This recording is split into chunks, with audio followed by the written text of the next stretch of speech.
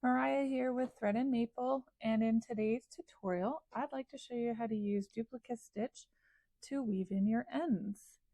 There are lots of options for weaving in your ends, but I really like this one because it's really secure and doesn't show through on the right side of your fabric. Let's take a look at this close up with some contrast color yarn that I'm going to weave in. So you're going to find the loop you want to go in through. And so I'm going to be going up into this loop to start with.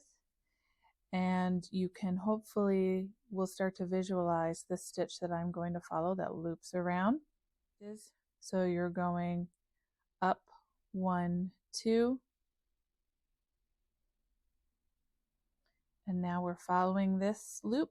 So we're going around and down 1, 2. Continue to follow that loop around this way, up 1, 2, around and down 1, 2.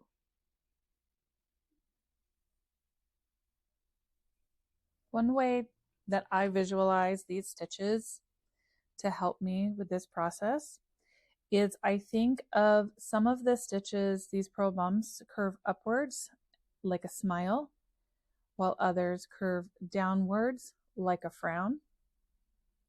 So when you're following the path of your stitch,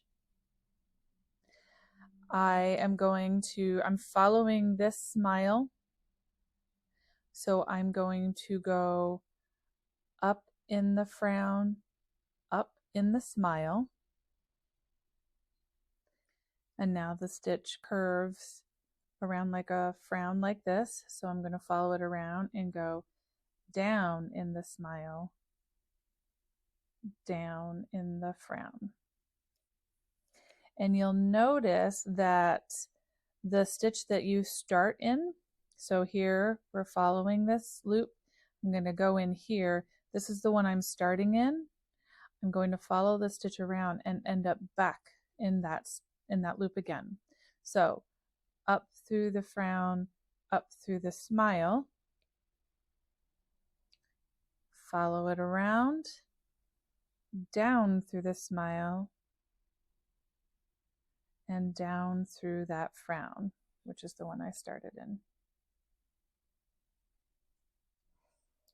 And if you're still just a little bit lost, I have this piece of fabric that is knitted in stockinette stitch, and I've striped these orange and cream colors to help you see hopefully a little bit better how the stitches move through each other.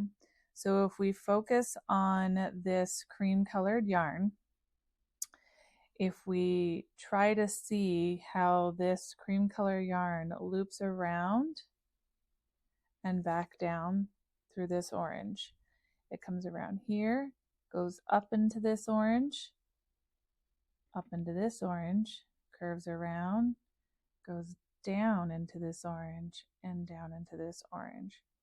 So hopefully you can see a little bit better how that yarn travels around into each stitch. And that's how you weave in your ends using duplicate stitch.